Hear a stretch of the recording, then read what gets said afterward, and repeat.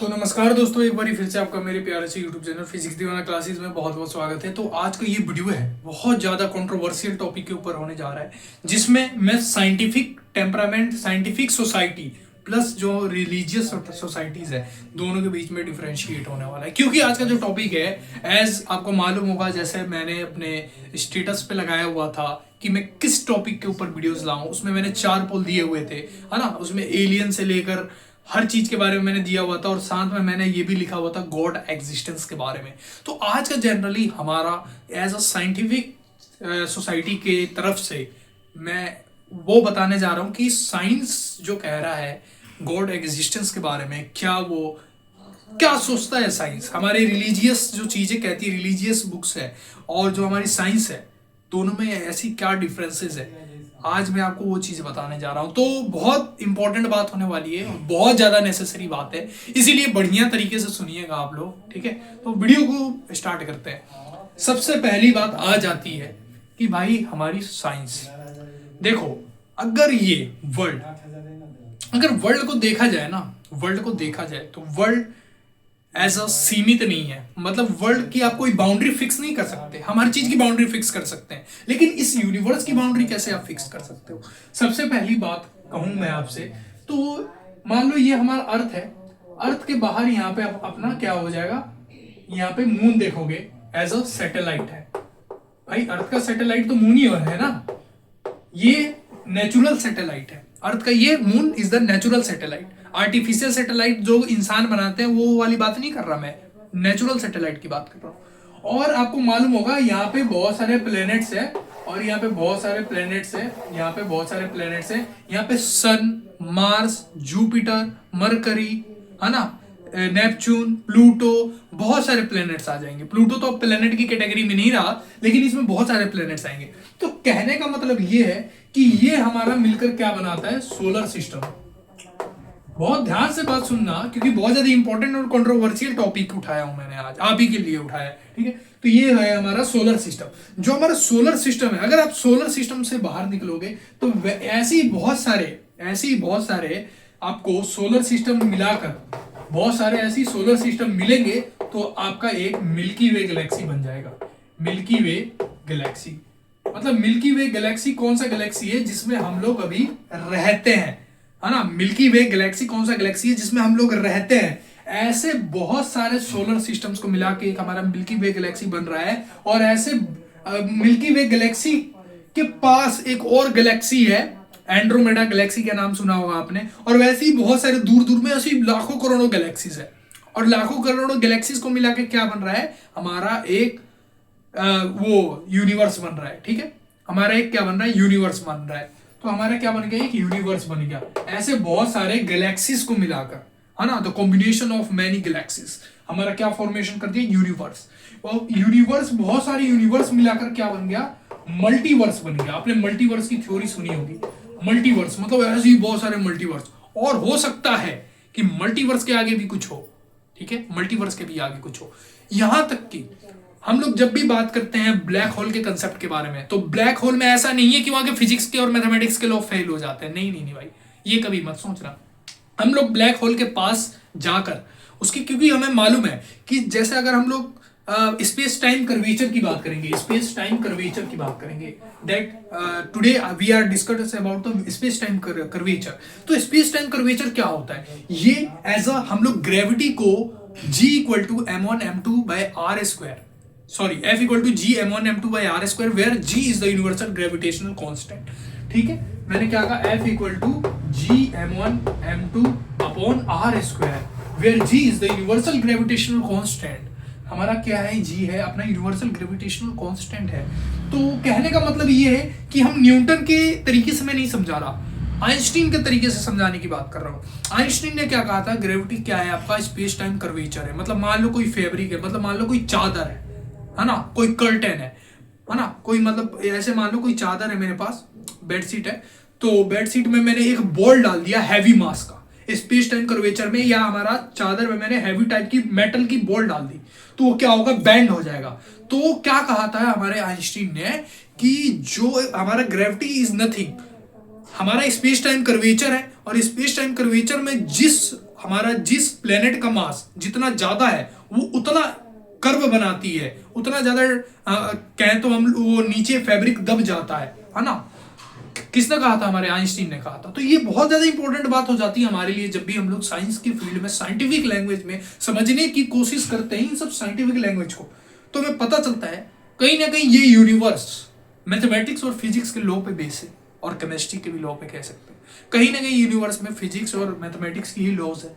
हाँ, और चीजों को देखा जाए, यहां तक कि जो हमारे एनवायरनमेंट में भी चीजें हैं, जो भी चीज नेचुरल फिनोमिना हो रहा है सब फिजिक्स के अंदर आता है। फिजिक्स के बाहर कोई फिनोमिना नहीं है आपका।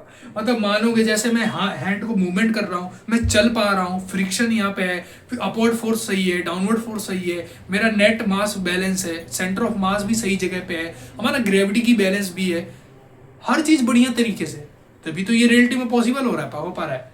दैट्स वाई मैं आपको ये बताना चाहता हूँ जो हमारा रिलीजियस टॉपिक है। अब रिलीजियस क्या कहता है भाई, कि हम लोग जैसे कोई भी चीज है, गॉड की एग्जिस्टेंस के बारे में हम लोग बात कर रहे हैं, तो अगर साइंस के फील्ड में देखा जाए तो साइंस एक तरीके से मना करता है कि भाई गॉड का एग्जिस्टेंस नहीं है। साइंस एज अ यूनिवर्स को ही हर चीज मानता है कि यूनिवर्स है जो है, क्योंकि मान लो ना साइंस में एक बिग बैंग थ्योरी है ना। और साइंस में क्वांटम फिजिक्स जब जाओगे तो क्वांटम फिजिक्स में आपको पता चलेगा हर एक चीज इलेक्ट्रॉन प्रोटॉन न्यूट्रॉन से बनी हुई है। और ये मान लो मेरे पास चौक है, चाहे मैं खुद हूँ, इलेक्ट्रॉन प्रोटॉन न्यूट्रॉन। अब तो साइंटिस्टों ने एक और नए पार्टिकल्स की खोज कर ली है जिसका नाम है क्वार्क्स। जिसका नाम क्या है? क्वार्क्स। अब क्वार्क्स क्या होता है? क्वार्क्स इलेक्ट्रॉन प्रोटॉन न्यूट्रॉन से भी फंडामेंटल पार्टिकल है, जो कि ये डिटरमाइन करता है कि भाई साहब इसका फॉर्मूला होता है +E/3 +2E/3। इसका एक फॉर्मूला है जो कि ये डिटरमाइन करता है हमें फंडामेंटल पार्टिकल का भी फंडामेंटल पार्टिकल मिल चुका है। तो कहने का मतलब ये है ना कहीं यहाँ पे हर चीज एनर्जी के रूप में है ना। अब मान लोगे ना हम भी है या जो कोई भी है, अब मैं बोल रहा हूँ यहाँ पे आपसे बात कर रहा हूँ, कम्युनिकेट कर पा रहा हूँ, तो यहाँ पे मीडियम का यूज हो रहा है। मेरे कम्युनिकेशन को आगे बढ़ाने के लिए मीडियम का यूज हो रहा है। मैं यहाँ पे बोल रहा हूँ तो कहीं ना कहीं एयर के थ्रू मेरी वॉइस में यहाँ पे वाइब्रेशन होके जा रहा है यहाँ पे माइक्रोफोन तक, तभी आपको ये आवाज सुनाई दे रही है, नहीं तो आवाज ही नहीं सुनाई देगा आपको। आप मैं कैमरा के सामने हूँ, कैमरा वर्क कर रहा है, फिजिक्स के लॉज पे वर्क कर रहा पा रहा है। बैटरी है, कैमरा के साइड में मेरा वो एलईडी लगा हुआ है, तो एलईडी किस पे वर्क कर रहा है? एक छोटा सा कैपेसिटर है उस पे वर्क कर रहा है। तो कहीं ना कहीं देखा जाए तो फिजिक्स, यहाँ पे मेरे आसपास लाइट है, फैन है, लाइट आ रहा है, लाइट यहाँ पे लाइट जल रहा है, यहाँ से आ रहा है, इंसिडेंट हो रहा है, फिर कैमरा पे जा रहा है, फिर लाइट दिख रहा है, फिर मेरे फेस पे जा रहा है, फिर दिख रहा है। तो ये कहीं ना कहीं हर चीज देखा जाए तो फिजिक्स दिख रही है। तो कहने का ये मतलब है ना, साइंस बेसिकली गॉड्स को, गॉड है, भगवान है, उन्हें कहने का मतलब ये नहीं कहता। आपने बहुत सारे देखा होगा चीजें, ये जो इंस्टाग्राम यूनिवर्सिटीज है या चाहे कि व्हाट्सअप यूनिवर्सिटी हो गई, उस यूनिवर्सिटी पे बहुत बवाल मचा हुआ है कि साइंस ने दावा किया कि भाई देखो वो अपने मर्जी से लोग लिखते हैं। अगर रियल जब आप फॉरेन ऑथर्स की बुक पढ़ोगे, बहुत डेविड हैकर मैथमेटिक्स की वो तो बुक है, और जितने भी फिजिक्स के बहुत बड़े बड़े फॉरेन ऑथर्स हैं उनकी बुक्स पढ़ोगे, चाहे आप सर वॉल्टर लिविन की बुक्स पढ़ोगे, तो उसमें आपको मालूम चलेगा, और क्वांटम फिजिक्स की, क्वांटम थ्योरी की, और चाहे आप एस्ट्रोफिजिक्स की बुक्स पढ़ोगे तो उसमें आपको मालूम चलेगा कि रियलिटी में फिजिक्स से ये चीज़ें डेवलप हो रही है। ठीक है। और दूसरी बात, मैं सिविलाइजेशन के ऊपर बात करूंगा। किसके ऊपर? सिविलाइजेशन। अब जो सिविलाइजेशन है, सिविलाइजेशन को साइंस ने बांट रखा है। साइंस ये नहीं कहता, साइंस इस चीज को सिविलाइजेशन कहता है। आप इस चीज को हम लोग गॉड के टर्म में बांट देते हैं, लेकिन साइंस गॉड नहीं बांटता। साइंस कहता है दैट इज सिविलाइजेशन। सिविलाइजेशन में इधर आता है हमारा type 1, type 0 civilization, type 1 civilization, type 2 civilization, type 3 civilization, type 4 civilization, type 5 civilization, type 6 civilization और टाइप 7 सिविलाइजेशन। ठीक है। तो ये बहुत इंपॉर्टेंट पॉइंट होने वाला है कि हमारा जो सिविलाइजेशन है वो टोटल 7 टाइप्स के होते हैं। हम लोग जो है अभी 0.14 या 20 सिविलाइजेशन पे होंगे। 0.40-20 सिविलाइजेशन, मतलब ये जो अपना सिविलाइजेशन का टाइप है इसे साइंटिस्टों ने बांटा था। किसे बांटा था? साइंटिस्टों ने बांटा था कि भाई जो सिविलाइजेशन है उसे हम लोग ऐसे बांटे हैं। ठीक है। तो हमारे सिविलाइजेशन का टाइप किसने बांटा था? साइंटिस्टों ने बांटा था कि सिविलाइजेशन हमारा ऐसे बढ़ता है। जो हमारा सिविलाइजेशन है वो किस बेसिस पे बांटा जाता है? सबसे पहली बात है कुछ बेसिस होना चाहिए ना भाई, कुछ उसका आधार होना चाहिए। तो उस चीज का आधार है हमारा सिविलाइजेशन का आधार क्या है? सिविलाइजेशन का हमारा आधार एक ही है, वो है एनर्जी।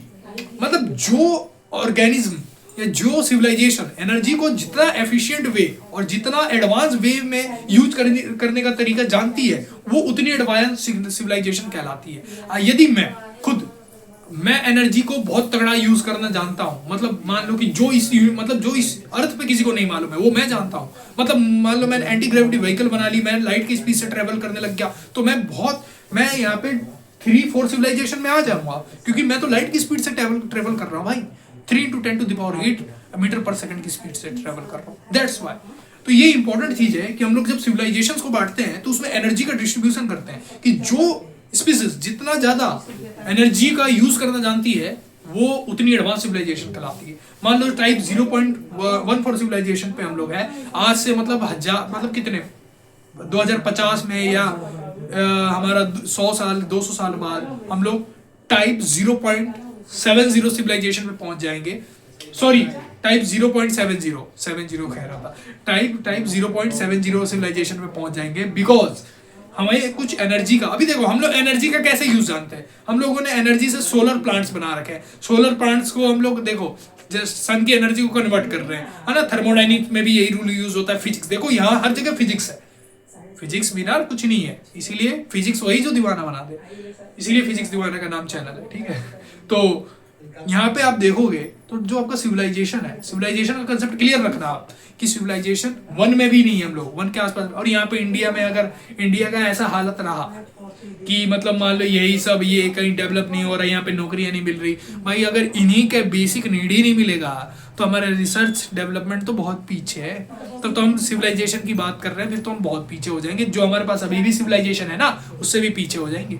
इसीलिए कहा जाता है कि साइंस के फील्ड में कंट्रीब्यूशन करो, जिससे एनर्जी का यूज करने का तरीका जाने, रिसर्च होगा, एडवांस रिसर्च के तरीके से एनर्जी को और एफिशिएंट वे में हम लोग यूज करना जानेंगे और हम सिविलाइजेशन में आगे बढ़ेंगे।